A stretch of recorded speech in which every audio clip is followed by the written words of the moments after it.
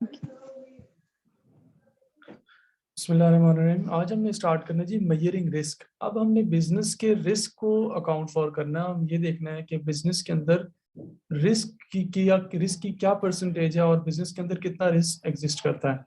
इसके बारे में वो कह रहा है, in addition to managing profitability, liquidity and activity, it is also important for a company to manage it risk.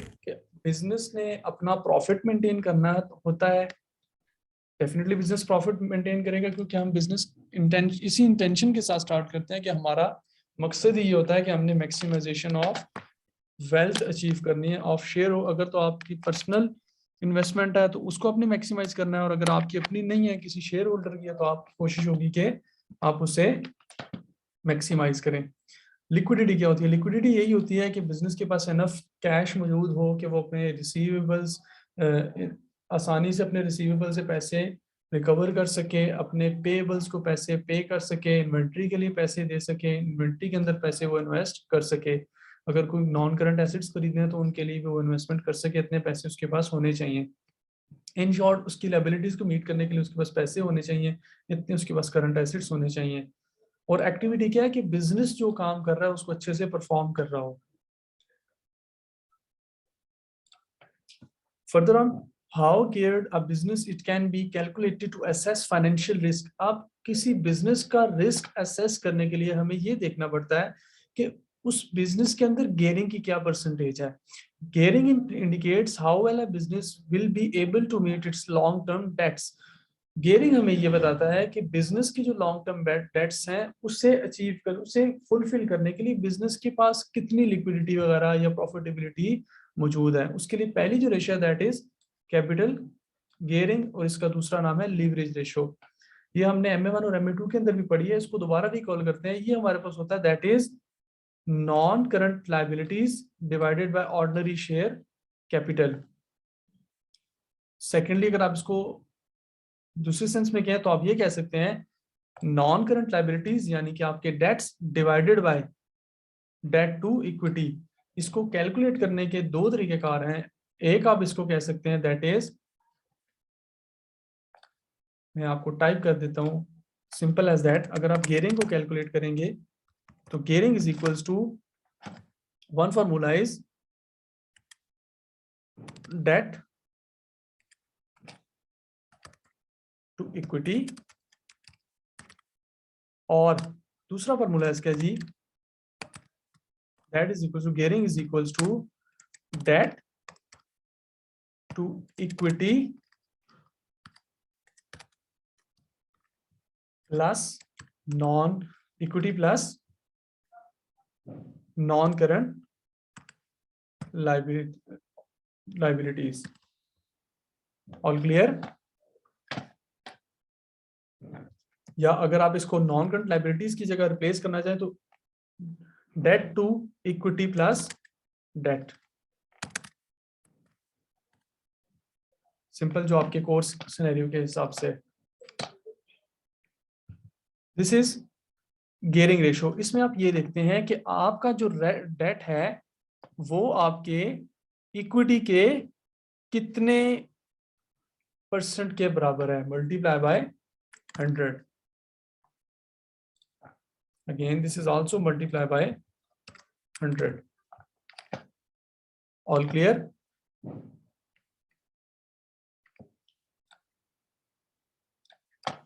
Next,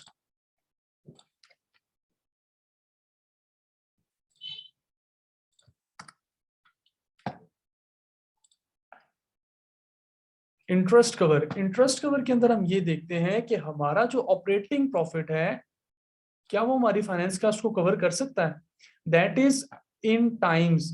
जब आप इंटरेस्ट कवर को देख रहे होते हैं तो आप ये देखते हैं कि आपका जो ऑपरेटिंग प्रॉफिट है that is profit before interest and tax, जिसको हम PBIT भी कहते हैं, वो हमारी फाइनेंस कॉस्ट का, यानी अगर हमने कोई नॉन करंट, हमारे पास अगर कोई लेट सपोज कोई लॉन्ग टर्म लोन है उसके ऊपर अगर हम कोई फाइनेंस कॉस्ट पे कर रहे हैं तो हमारा जो इस साल का PBIT है वो हमारे इस साल की फाइनेंस कॉस्ट का कितने टाइम्स है।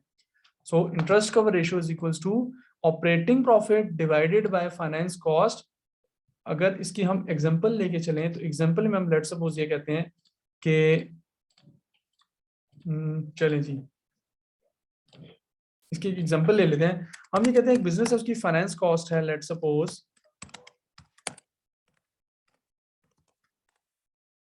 That is equals to 100,000। और जब आपने उस बिजनेस का पीबीआईटी देखा, profit before interest and tax देखा, तो वो था लेट्स सपोज 500,000। तो जब आप उसकी इंटरेस्ट कवर रेशियो निकालेंगे, interest cover ratio that will be equals to 500,000 divided by 100,000। तो ये आपको क्या बताएगी कि आपका interest cover ratio is equals to 5 times of your finance cost.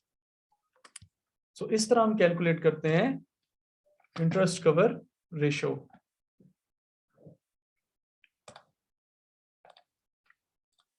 सो जी फर्दर मूव ऑन करते हैं, problems with using only financial indicators. अब देखिए इससे पहले तक हमने जितनी चीजें पढ़ी थी मैनेजमेंट के अंदर, उसमें हमारे पास ज्यादातर फाइनेंशियल इंडिकेटर्स थे।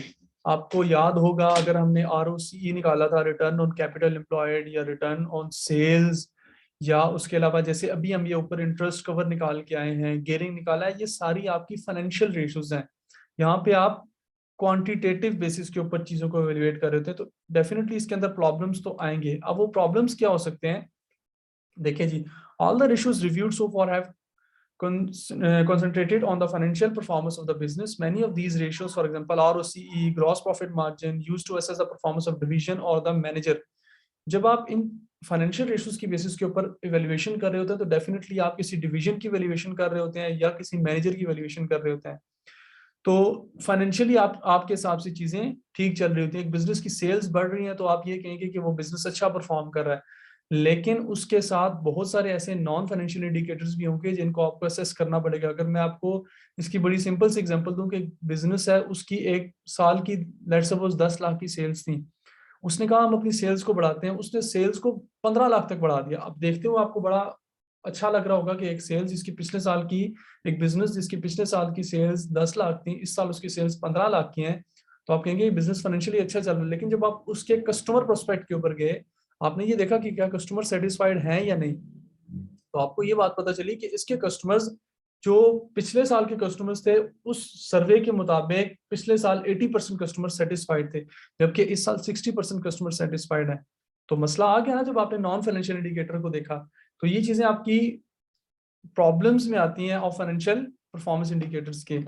इसको फर्दर ऑन देखते हैं जी, short term versus long term performance. Definitely जब आप ROCE निकाल रहे हैं तो आप एक साल के लिए निकाल रहे हैं, तो ये एक शॉर्ट टर्म परफॉर्मेंस इंडिकेटर है। आपका ग्रॉस प्रॉफिट निकाल रहे हैं, ये भी शॉर्ट टर्म के लिए है। जबकि लॉन्ग टर्म के लिए आप क्या करेंगे, लॉन्ग टर्म में आप क्या देखेंगे, बिजनेस की प्रोडक्ट क्वालिटी को देखेंगे कि आया बिजनेस की क्वालिटी दिन ब दिन इंप्रूव हो रही है या नहीं हो रही है, उसके कस्टमर सेटिस्फाइड है या नहीं है। तो सिंपली बिजनेस के दो प्रोस्पेक्ट होते हैं, one is short term and other one is long term. अगर आप शॉर्ट टर्म परफॉर्मेंस को ले, शॉर्ट टर्मिज्म की बेसिस के ऊपर चलेंगे तो आप लंबे अरसे तक के लिए मार्केट के अंदर सस्टेन नहीं कर पाएंगे। लेकिन अगर आपकी बड़ी अप्रोच होगी, बेहतर सोच के साथ आप चलेंगे, तो आप लॉन्ग टर्म परफॉर्मेंस की बेसिस के ऊपर चल रहे होंगे और आपके लिए मार्केट के अंदर सस्टेन करना आसान होगा। इसकी कुछ एग्जांपल्स भी, इलस्ट्रेशन 2 है, इसको एक दफा रीड आउट कर लीजिएगा, बड़ी सिंपल सी इसके अंदर चीजें हैं। Next, manipulation of the result. Definitely अब एक्सेलरेटिंग रेवेन्यू, अगर किसी बिजनेस से अपना रेवेन्यू बढ़ाना है, अपनी सेल्स बढ़ानी है, तो वो बड़ी आसानी से अपनी सेल्स को बढ़ा सकता है, उसके लिए उसे इतनी तगोदो करने की जरूरत नहीं पड़ेगी। डिलेइंग कॉस्ट, एक बिजनेस ये चाहता है कि उसकी कॉस्ट कम हो with the passage of time, तो वो अपनी कॉस्ट को आसानी से कम भी कर सकता है। तो ये रिजल्ट्स ऐसे हैं जिसके अंदर आप बड़ी आसानी से रद्दोबदल कर सकते हैं, चीजों को तब्दील कर सकते हैं। Understanding a provision, understanding provision और अक्रूवल। आपने financial accounting FA1, FA2, F3 के अंदर ये चीजें पढ़ी होंगी कि प्रोविजन क्या होता है या अक्रूवल्स क्या होता है। अगर नहीं भी पढ़ी तो मैं आपको एक दफा रिकॉल करवा देता हूँ कि लेट सपोज एक बिजनेस है, उसको ये लगता है कि उसने जो किसी कस्टमर को अगर लेट सपोज कुछ सेल्स की थी, और उस सेल्स की वजह से कस्टमर ने, अगर लेट सपोज वो कोई फूड आइटम था, कस्टमर ने वो चीजें खरीदी, उसे इस्तेमाल करने से उसे कोई बीमारी हो गई। अब कंपनी को कंपनी के ऊपर उस कस्टमर ने केस कर दिया। अब आपको ये लग रहा है कि भाई ये केस का फैसला हमारे अगेंस्ट आएगा। अब अभी वो फैसला नहीं आया, तो फैसला आने से पहले आप क्या करेंगे, आप देखेंगे कि उसकी प्रोबेबिलिटी क्या है, क्या वो फैसला आपके अगेंस्ट आएगा या नहीं आएगा। तो उसके नुक्ते नज़र के तहत आप उसकी प्रोविजन क्रिएट करेंगे। आप ये देखेंगे कि क्या उस चीज़ की प्रोबेबिलिटी है, यानी अगर वो चीज़ प्रोबेबल है तो आप कहेंगे कि हमें इसकी प्रोविजन क्रिएट करनी चाहिए। तो आप अपनी प्रोविजंस को, जो जिम्मेदारियां आपको नजर आ रही है फ्यूचर टर्म्स में, आप उसको बड़ी आसानी से ये क्या कि उससे मुनकिर हो सकते हैं कि भाई ये तो हमें लगता है कि ये चीज़ फ्यूचर के अंदर नहीं होगी। तो किसी एस्टिमेट को अंडरस्टेट करना बहुत आसान होता है बिजनेस के लिए। Then manipulation of accounting policies, जैसे हम डेप्रिसिएशन स्ट्रेट लाइन बेसिस के ऊपर अगर कैलकुलेट करते हैं, हम स्ट्रेट लाइन से जा सकते हैं रिड्यूसिंग बैलेंस मेथड के ऊपर, नंबर ऑफ यूनिट्स की बेसिस के ऊपर जा सकते हैं, नंबर ऑफ आवर्स की बेसिस के ऊपर जा सकते हैं। तो ये अकाउंटिंग पॉलिसी है, इसको भी चेंज करना बहुत आसान है। फिर इसका तीसरा ड्रॉबैक क्या है, do not convey the full picture, कि जब आप फाइनेंशियल इंडिकेटर्स की बेसिस के ऊपर बिजनेस को इवेल्युएट कर रहे होते हैं तो आप पूरे बिजनेस की पिक्चर को नहीं दिखा रहे होते, आप सिर्फ अपने फाइनेंशियल चीजों को दिखा रहे होते हैं, अपनी सेल्स दिखा रहे होते हैं, कॉस्ट दिखा रहे होते हैं, प्रॉफिट दिखा रहे होते हैं। ये सारी चीजें शॉर्ट टर्म के अंदर आ जाती हैं, ये चीजें लॉन्ग टर्म के अंदर नहीं आती। अब अगली जो चीज है that is very important, which is non financial performance indicators. अब non financial performance indicators business के लिए बहुत जरूरी होते हैं। इसमें दो तरह की चीजें जी, ऑल दो profits can not be ignored, profit को आप इग्नोर नहीं कर सकते, लेकिन वो आपका मेन ऑब्जेक्टिव भी रहेगा। लेकिन उसके साथ आपने कुछ चीजें और देखनी है, that is critical success factor, जिसको CSFs आप कहते हैं, एंड KPIs, की परफॉर्मेंस इंडिकेटर्स। इन दो चीजों में should not focus on the profit alone. ये जो आपकी CSFs और KPIs हैं, ये सिर्फ प्रॉफिट के ऊपर फोकस नहीं कर रहे होते हैं। इसकी एग्जांपल्स क्या हैं जी, NFPIs के, नॉन फाइनेंशियल परफॉर्मेंस इंडिकेटर्स की। First is measurement of customer satisfaction, आप ये देख रहे हैं कि आपके कस्टमर्स कितने सेटिस्फाइड है। देन रिसोर्स यूटिलाइजेशन, कि आपने जो मटेरियल यूज किया वो कितना बेहतर तरीके से इस्तेमाल किया है, लेबर यूज किया कितना बेहतर तरीके से उसे यूटिलाइज किया आपने। मेजरमेंट ऑफ क्वालिटी, आपकी क्वालिटी की क्या सिचुएशन चल रही है। The large variety in types of business, the large variety in types of businesses means that there are many NFPIs. Each business will have on. अब NFPIs जो है ना, नॉन फाइनेंशियल परफॉर्मेंस इंडिकेटर, ये business to business very करते हैं। जहां पे आपने ग्रॉस प्रॉफिट मार्जिन लगाना है किसी प्रोडक्शन बिजनेस के अंदर, तो वो सबके अंदर उसका वही फार्मूला है। उसमें आप क्या, किसी बिजनेस का ग्रॉस प्रॉफिट मार्जिन आपने निकालना है तो gross profit divided by sales multiply by 100। लेकिन यहाँ पे जो आपके NFPIs होंगे, ये ratios business to business vary करेंगे। उसमें दो चीजें जी, one is productivity and second one is quality. Productivity के लिए जो हमारे पास NFPIs यूज होंगे, उसमें हम क्या क्या चीजें देख सकते हैं। प्रोडक्टिविटी में हम ये देखते हैं कि हमने जो रिसोर्स यूटिलाइजेशन की है, वो कितने बेहतर तरीके से अपने रिसोर्सेज को हमने इस्तेमाल किया है। जो हमने इनपुट्स की थी, क्या हमने उससे डिजायर्ड आउटपुट भी हासिल की है या नहीं। किसकी एग्जांपल, होटल के अंदर कैसे होता है जी, the cost of the bed line used in the each room compare to the number of times the line can be used before it used to dispose of, time taken to clean and set fair our room. आपने ये देखना है कि आपने अगर कोई, आपका कोई होटल है, तो उस होटल के अंदर जो आपके रूम्स हैं, उसमें आपने जो कोई अननेसेसरी आइटम्स थे उनको डिस्पोज ऑफ करने के लिए जो कॉस्ट लगी है, कमरे की सफाई के लिए, उसको उसकी फेयर कंडीशन को वापस रिलोकेट करने के लिए जो आपकी कॉस्ट लग रही है, आपने उस रिसोर्सेज को कितने अच्छे तरीके से यूटिलाइज किया। देन कार सेल्स सिस्टम के अंदर वो कह रहा है सेल्स पर एम्प्लॉय, एक एम्प्लॉय ने कितनी सेल्स की है, सेल्स पर square metre of the available floor space, कि आपके पास स्क्वायर एरिया के हिसाब से कितनी सेल्स आ रही हैं। तो ये चीजें आपकी सारी आ जाती हैं रिसोर्स यूटिलाइजेशन के अंदर, कि आपके पास जितने रिसोर्सेज हैं उनको इस्तेमाल करते हो आपने उनका कितना बेहतर तरीके से इस्तेमाल किया है और क्या प्रोडक्टिविटी अचीव किया है। Types of productivity measures, one is production volume ratio. ये हम एग्जैक्टली वही चीजें जो हम MA1 और MA2 के अंदर पढ़ के आए हैं। प्रोडक्शन वॉल्यूम रेशियो को हम रिकॉल कर लेते हैं, इसका फॉर्मूला क्या था, that is simply standard hours for actual output divided by budgeted hours multiplied by 100, that is your production volume ratio. Capacity ratio is equals to actual production hours या actual hours worked divided by budgeted hours multiplied by 100. Efficiency ratio is equals to actual output measured in standard hours divided by actual hours worked multiplied by 100. इसको अगर दूसरे scenario में आप कहना चाहें तो आप ये भी कह सकते हैं कि standard hours for actual output divided by actual hours work multiplied by 100।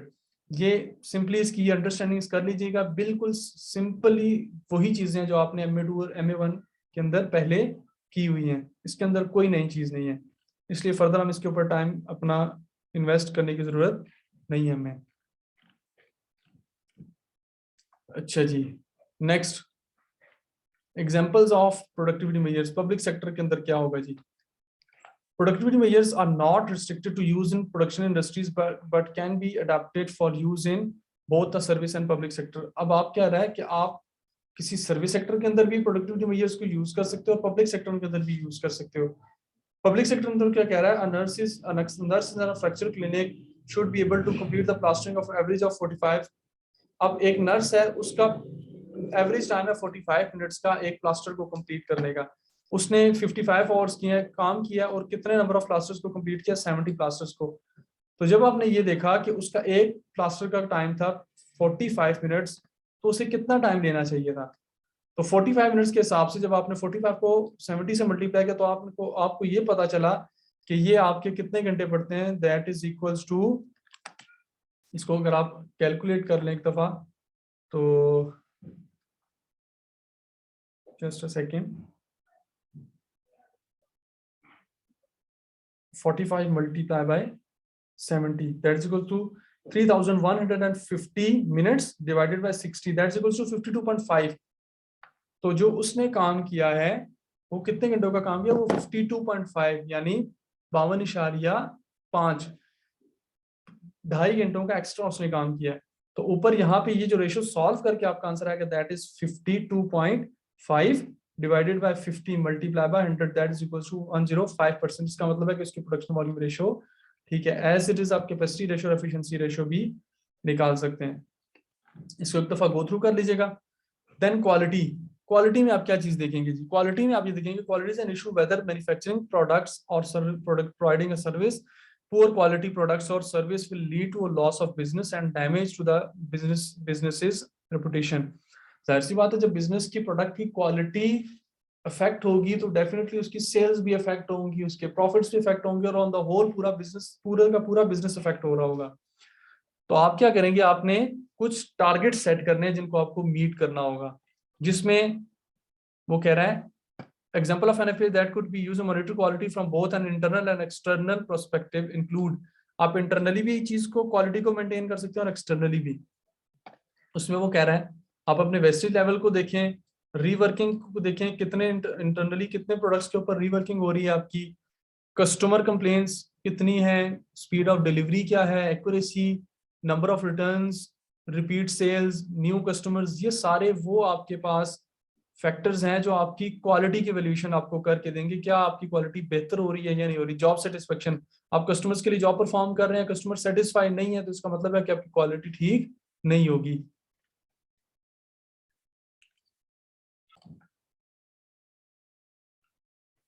Then problems with non financial performance indicators. Non financial performance indicators के अंदर क्या है? The use of NFPIs measures is now common place but it is not without problems. Definitely हर चीज के pros भी होते हैं और कॉन्स भी होते हैं, फायदे भी होंगे, नुकसान भी होंगे। तो अब इसके जो कुछ डिसएडवांटेजेस कह लें या आपके पास जो इश्यूज हैं वो कह लें, वो उनमें क्या होगा? सेटलमेंट, अब आपके पास डेफिनेटली जब मैंने पहली दफा आपके सामने नॉन फाइनेंशियल परफॉर्मेंस इंडिकेटर्स का नाम लिया तो आप भी एक दफा सोच रहे होंगे कि सर ये क्या नई चीज आ गई है। इसी तरह हर बिजनेस के अंदर जब आप नॉन फाइनेंशियल परफॉर्मेंस इंडिकेटर्स को इंक्लूड करने की कोशिश करेंगे तो ये एक बड़ी लार्ज किस्म की वैरायटी है, उसके अंदर से आपको सिलेक्ट करने पड़ेंगे कि हमारे बिजनेस के साथ क्या चीजें सूट करनी है। तो ये थोड़ा सा मुश्किल, लंबा और कॉम्प्लेक्स किस्म का प्रोसेस होगा। देन क्लियर नहीं होगी आपके NFPIs, क्या पता जो आप NFPI यूज कर रहे हैं वो आपके बिजनेस को सूट ही ना कर रहे हो। Scope of the for comparison, क्या आपके पास एक स्कोप नहीं, आप बिजनेस टू बिजनेस चीजों को कंपेयर इतनी आसानी से नहीं कर सकते। ओके जी, इस चैप्टर का one of the important topic that is balance score card. Balance score card क्या होता है जी? To get an effective system of performance appraisal a business should use a combination of financial. अब इससे पहले हमने फाइनेंशियल इंडिकेटर्स अलग पढ़े, नॉन फाइनेंशियल इंडिकेटर्स अलग पढ़े। ये बैलेंस स्कोर कार्ड एक थ्योरी है जो ये कहती है, और ये देखें किसने कहा इसको डेवलप किया। Concept was developed by कैपलन and Norton in 1993 eight Harvard. Harvard के अंदर 1993 के अंदर इस थ्योरी डेवलप हुई थी। इसने ये बताया था, सिंपली मैं इसकी समरी आपके सामने बयान कर रहा हूँ। इसने कहा बिजनेस को 4 प्रोस्पेक्ट से देखना है आपने। पहला प्रोस्पेक्ट होगा फाइनेंशियल, क्योंकि फाइनेंशियल प्रोस्पेक्ट के बगैर तो आप बिजनेस को ना अच्छे तरीके से चला सकते हो, ना ही आपको चलाने का फायदा होगा, क्योंकि अल्टीमेटली आपने पैसा कमाना होता है बिजनेस से। जब आपके फाइनेंशियल इंडिकेटर्स ही ठीक नहीं है तो इसका मतलब आपका बिजनेस ठीक तरीके से परफॉर्म नहीं कर रहा। दूसरा आपने देखना है कस्टमर प्रोस्पेक्ट से, कि क्या आपके कस्टमर सेटिस्फाइड हैं, कस्टमर की नीड्स पूरी हो रही हैं या नहीं हो रही। देन आपने इंटरनली देखना है, क्या बिजनेस कस्टमर को सेटिस्फाई करते करते कि अपने इंटरनल प्रोसेसेस को अफेक्ट तो नहीं कर गया। और last is learning and growth, कि क्या with the passage of time आपके बिजनेस के अंदर लर्निंग है भी या नहीं, ग्रोथ आ रही है प्रोडक्ट्स के अंदर, सेल्स के अंदर, नई चीजें आपको डेवलप कर भी रहे हैं या नहीं कर रहे। तो ये 4 आपके प्रोस्पेक्ट्स हैं जिसमें आप बैलेंस स्कोर कार्ड के अंदर बिजनेसेस को इवेलुएट कर रहे होते हैं। अब हर एक की अपनी अपनी रेशियोज हैं। इनिशियली हम स्टार्ट करते हैं जी फाइनेंशियल प्रोस्पेक्ट से। फाइनेंशियल प्रोस्पेक्ट के अंदर क्या कहता है, फाइनेंशियल प्रोस्पेक्ट के अंदर जैसे हमने निकाला रिटर्न ऑन कैपिटल एम्प्लॉयड में फाइनेंशियल इंडिकेटर था, return on share holders fund, जैसे रिटर्न ऑन इक्विटी हमने कहा, ऐसे रिटर्न ऑफ सेल्स था, वो सारे के सारे financial indicators, gross profit margin, net profit margin, इनको आप फाइनेंशियल प्रोस्पेक्ट कह सकते हैं। कस्टमर प्रोस्पेक्ट के अंदर हम क्या देखेंगे, customer satisfaction with timeline, with timeliness. Customer satisfaction, क्या आपके कस्टमर सेटिस्फाइड हैं या नहीं। कस्टमर लॉयलिटी, क्या आपने कस्टमर की लॉयलिटी को भी गेन किया है या नहीं किया। Next one is internal prospective. Internal prospective क्या है, यूनिट की कॉस्ट क्या है जी। पहले यूनिट की कॉस्ट थी 15, अब इस टाइम 14 है या 16 है। अगर 15 है, 15 थी तो 16 क्यों हुई है, अगर 14 कम हो रही है तो कम क्यों हुई है, ये चीज आपने देखनी है। Then quality measurement, quality measurement आपने क्या देखना है कि आप जो चीज बना रहे थे, अगर वो पहले 15 की बन रही थी, अगर आप वो 16 की बन रही है तो क्या उसकी क्वालिटी बेहतर हुई है या पहले से कम है। ठीक है जी। Then learning and growth. Learning and growth के अंदर क्या देखते हैं हम, a measure would indicate percentage of revenue attributable to new products। Let's suppose आपने आपकी पहले आप एक ही प्रोडक्ट सेल करते थे तो आपकी टोटल सेल्स थी लेट्स सपोज 1 मिलियन यानी 10 लाख। अब आपने एक न्यू प्रोडक्ट लॉन्च किया और आपकी टोटल सेल्स जो है वो 15 लाख पे चली गई हैं, और जिसमें से 10 लाख की पहली वाली सेल्स आपकी प्रोडक्ट 1 ये की या प्रोडक्ट ए की थी, तो ऊपर वाली जो 5 लाख की सेल्स है वो न्यू प्रोडक्ट की। तो आपने देखना है कि टोटल सेल्स का वो कितने परसेंट बनता है, तो दैट इज अबाउट 33.33%। तो आप वहां से एवेलुएट कर सकते हैं कि हमने जो प्रोडक्ट नई लॉन्च की है उसकी जो है वो हमारी लॉन्च सक्सेसफुल रही है।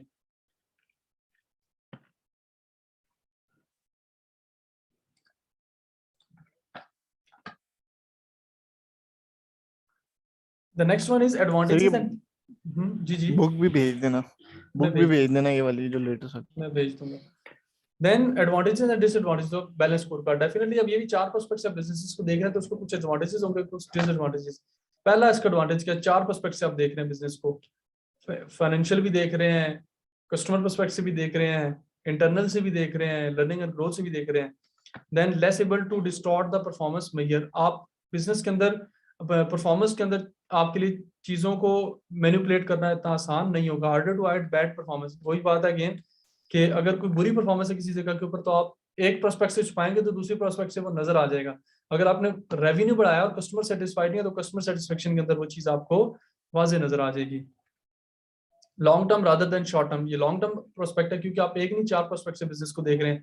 केपीआईज यानी की परफॉर्मेंस इंडिकेटर्स के ऊपर भी बिजनेस फोकस कर रहा होता है बैलेंस स्कोर करना। KPI can be change as the business changes. KPI business to business change होते हैं तो आप बड़ी आसानी से चीजों को इवेलुएट कर सकते हैं। डिसएडवांटेजेस क्या है जी, large number of calculations required, calculation ज्यादा रिक्वायर्ड होती हैं, सब्जेक्टिव है जी, लाजम आप ये समझ लें कि ये कोई ऑब्जेक्टिव चीज नहीं है, सब्जेक्टिव है। ठीक है। Then comparison with other businesses is not easy. अगर आपने किसी दूसरे बिजनेस से कंपैरिजन करना है तो इतना आसान नहीं होगा। Arbitrary nature of arriving at overall index performance, आपने अगर किसी बिजनेस की ओवरऑल परफॉर्मेंस को एवेल्युएट करना है तो वो आपके लिए इतना आसान नहीं होगा। हो सकता है आप किसी दूसरे बिजनेस को देख के कर रहे हो, उसकी वजह से आपकी स्टेटमेंट इफेक्ट हो रही हो।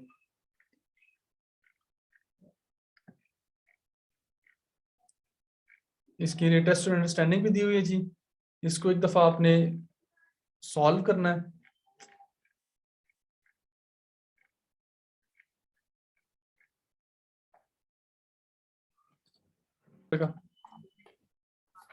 Benchmarking is a technique that is increasingly being adopted as mechanism for continuous improvement. Benchmarking आप इसलिए यूज करते हैं कि आप देखते हैं कि बिजनेस कॉन्टिन्यूसली इंप्रूव कर रहा हो. Benchmarking is the establishment through data gathering or targets of the comparators. The permit relates level of performance as particular areas of underperformance to be identified. अगर आप किसी जगह पे देख रहे हैं कि वहाँ पे परफॉर्मेंस ठीक नहीं होती तो आप उसको टाइम से आइडेंटिफाई कर सकें और उसके बारे में मेजर्स ले सकें. It is therefore requires organization to identify what do they have to do it and why they have to do it. आपने आइडेंटिफाई करना है चीज़ों को और फिर उसके बारे में देखना है कि आपने इसको कैसे लेके चलना है. Have knowledge of what industry does and आपने देखना है कि आपके कंपेटिटर्स क्या कर रहे हैं. अगर आपने लेट सपोज देखा हो अभी आगे रमज़ान आ रहा है तो पेप्सी 65 की होगी तो कोक भी कोशिश करेगा क्योंकि जिस तरह की एडवर्टाइजमेंट चलाए जिसकी वजह से उसकी सेल्स इंप्रूव हो. तो अगर वो उसके हिसाब से नहीं चलेगा तो डेफिनेटली वो जो आपका मंथ ऑफ रमज़ान होगा उसमें पेप्सी लीड कर जाएगा कोक को. और अगर अगर उसकी कोक की स्ट्रेटेजी अच्छी हुई तो कोक मार्केट को लीड करेगा. तो इसलिए ये चीज़ें बेंचमार्किंग आपके लिए ज़रूरी होता है. इसमें जो मेन चीज़ें हैं जी that is types of benchmarking. Benchmarking की कितनी टाइप्स होती हैं. One is internal benchmarking. With internal benchmarking other units of the department और सेम ऑर्गेनाइजेशन. आप क्या करते हैं अपनी ऑर्गेनाइजेशन के अंदर बेंचमार्किंग सेट करते हैं. ठीक है. लेट सपोज आप ये कह सकते हैं कि आपके पास दो डिपार्टमेंट्स हैं, production department A, production department B. अगर प्रोडक्शन डिपार्टमेंट 50 यूनिट दिन के प्रोसेस कर रहा है तो बी की भी कोशिश यही होगी कि वो अगर वो 50 से ज्यादा प्रोसेस नहीं कर रहा तो वो कम से कम 50 को अचीव करे ताकि आप उसकी परफॉर्मेंस के ऊपर उसको अगर ओवर क्रेडिट नहीं दे सकते तो कम से कम उसको इतना जरूर करें, इतनी उसको शाबाशी जरूर दें कि वो अपनी परफॉर्मेंस को मेंटेन करके रखे. लेकिन ये काम कब होगा जब ए डिपार्टमेंट भी जो है वो कब 50 यूनिट बनाएगा जब उसको कोई बेंचमार्क मिला होगा कि भाई आपने दिन में कितने यूनिट्स प्रोसेस करने हैं. तो इसलिए आपको पहले से इंटरनल एक बेंचमार्क आपको वहां पे सेट करना पड़ेगा जिसको देख के प्रोडक्शन डिपार्टमेंट ए काम कर सके. Then competitive benchmarking. Competitive benchmarking के अंदर हम अपने कॉम्पिटिटर्स को देख के चल रहे होते हैं. जैसे भी मैंने पेप्सी और कोक की बात की तो ये दोनों एक दूसरे को देख के स्ट्रेटेजी सेट कर रहे होते हैं कि भाई मेरा कंपेटिटर मार्केट में क्या चीज ऑफर कर रहा है. जाहिर सी बात है जिसकी स्ट्रेटेजी अच्छी होगी वो मार्केट में लीड करेगा. Then functional benchmarking. Functional benchmarking में क्या होता है आप अपने बिजनेस में भी देख सकते हैं और किसी दूसरे बिजनेस के साथ भी देख सकते हैं. जैसे लेट सपोज आप ये देख सकते हैं कि कोक ने अपनी ब्रांडिंग के ऊपर लेट सपोज 10 मिलियन खर्च किए हैं तो पेप्सी की भी कोशिश होगी वो 10 मिलियन या उसके राउंड अबाउट फिगर को उसको यूज करे इन एडवर्टाइजमेंट ताकि वो बेहतर एडवर्टाइजमेंट कर सके. Strategic benchmarking. Strategic benchmarking is a form of competitive benchmarking aimed at reaching decision for strategic actions and organizational change. Companies in the same industry might agree to join a collaborative benchmarking process managed by the independent third parties such as trade organizations. आप क्या करते हैं strategic benchmarking के अंदर आप ये देख रहे होते हैं कि आपकी जो नेसेसरी स्ट्रेटजी है वो दिन ब दिन बेहतर होनी चाहिए और आपकी अपनी ऑर्गेनाइजेशन के मुफाद में होनी चाहिए, ना कि आपकी स्ट्रेटजीज अपनी ऑर्गेनाइजेशन के लिए एज अ डिसफंक्शनल काम कर रही हो. With this type of benchmarking, each company's then scheme submits data about their performance to the scheme organizer. The organizer calculates average performance figures for the industry as a whole from the data supplied. Each participant in the scheme is then supplied with the industry average data, which is used to assess its own performance. अब इसके अंदर क्या होता है कि let suppose आपके organisation के अंदर जितनी ट्रेड यूनियंस बनी हुई है या ट्रेड ऑर्गेनाइजेशन बनी हुई है वो सारे का सारा अपना डाटा गैदर करके आपके एक सेंट्रल ऑफिस को भेजते हैं जो उसका स्कीम ऑर्गेनाइजेशन होता है जिसने वो स्कीम बनाई होती है. फिर वो उस स्कीम को रीवैल्यूएट करके उन सब की वैल्यूज को आइडेंटिफाई करके उसको मार्केट की जो एवरेज वैल्यूज चल रही थी उनके साथ कंपेयर करता है और कंपेयर करके बताता है कि आपकी परफॉर्मेंस अच्छी थी या बुरी थी. लेकिन ये इन वर्डिक्ट वो नहीं सुनाया जाता उसे जिस डिपार्टमेंट ने लेट सपोज आपको सेलिंग डिपार्टमेंट ने अपना डाटा गैदर करके भेजा तो आपने क्या किया, आपने वो जो स्कीम ऑर्गेनाइजर था आपका उसने मार्केट एनालिसिस रिपोर्ट उठा के उन्हें भेजी ताकि वो उसको कंपैरिजन करके देख सकें कि उनकी परफॉर्मेंस अच्छी थी या नहीं थी. इसके प्रोसेस कितने होते हैं. One is planning process. जाहिर सी बात है बेंचमार्किंग के लिए पहले आपको बेंचमार्क प्लान करना पड़ेगा, फिर उसका एनालिसिस करेंगे क्या ये बेंचमार्किंग ठीक है या नहीं है. देन उसके ऊपर एक्शन होगा, एट द एंड आप उसका रिव्यू करेंगे कि क्या हमने जो बेंचमार्किंग का सिस्टम यूज किया है ये ठीक यूज किया है या नहीं किया, इसका हमें फायदा हो रहा है या नहीं हो रहा। तो यहाँ पे आपका ये चैप्टर नंबर 16 जो है वो वाइंड अप हो रहा है जी। नेक्स्ट क्लास के अंदर हम इंशाल्लाह आपका चैप्टर नंबर 17 करेंगे, लेकिन उसके लिए आपने सबसे पहले इस चैप्टर को एक दफा दोबारा गो थ्रू करना है। इसकी टेस्ट अंडरस्टैंडिंग्स, एग्जांपल्स, इलस्ट्रेशंस और एग्जांपल्स, ये सारी चीजें आपने प्रॉपरली दोबारा इन चीजों को खुद सॉल्व करना है, ताकि इस चैप्टर के अंदर ऐसी कोई चीज ना हो जो आपको आती ना हो।